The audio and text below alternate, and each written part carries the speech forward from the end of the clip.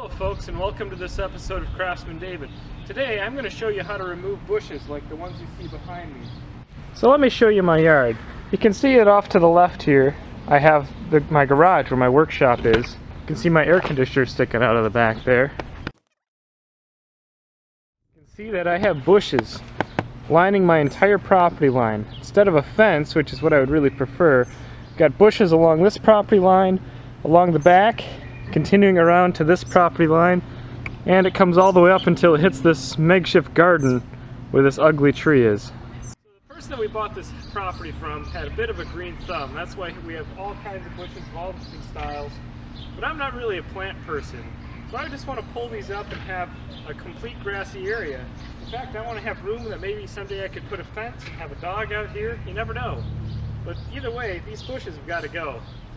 They're overgrown and they're really annoying when I try to mow the lawn. And here's my secret weapon for pulling out bushes, my Chevy Silverado pickup truck.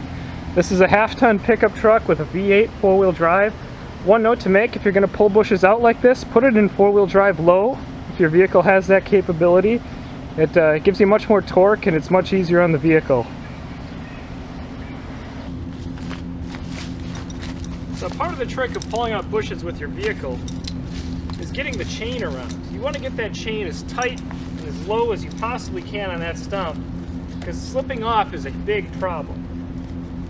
So I'm going to get this as tight as I possibly can. There, that's about all I can do. The trouble is, if I pull on this, it slips right off. So one technique that I have found that works quite well for keeping the chain on the stump, if I hook it again, I take a nail. I'm going to nail this chain right to this stump. And I don't have to get it in super far, but after you do, you don't want that nail to bend back either. So hammer that nail down, crimp it over your chain to make sure that chain doesn't fall off. Now let's see if I can pull it out.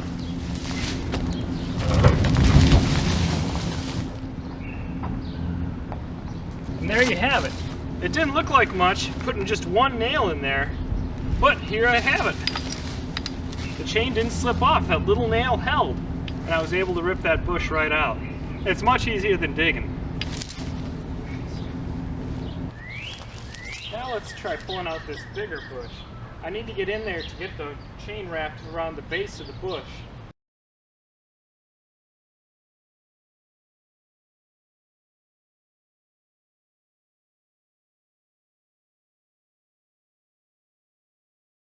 Whew, that was some work to get that hooked up.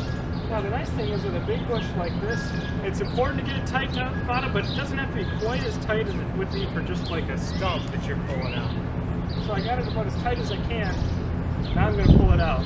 When you pull out something this big, you want to use the inertia of your vehicle to your advantage.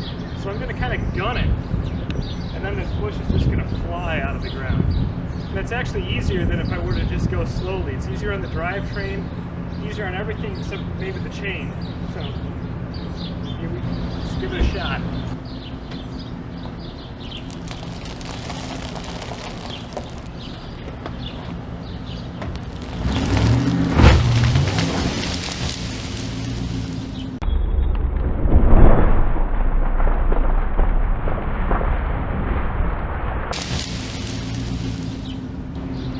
Woo-wee! There you have it. Big bush removed. After I've cut this bush down, I'm going to break it up into individual branches with my Sawzall. That way they can just run it through the chipper. They can't run this big root ball through, so in order to set it by the road, you need to cut it off.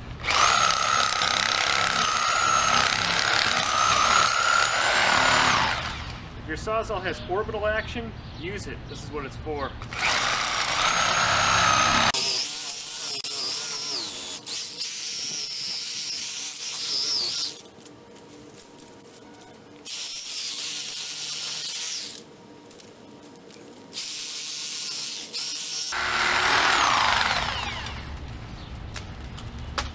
There we go.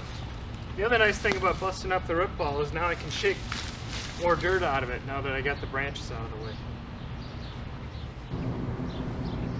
Puppy, puppy, puppy.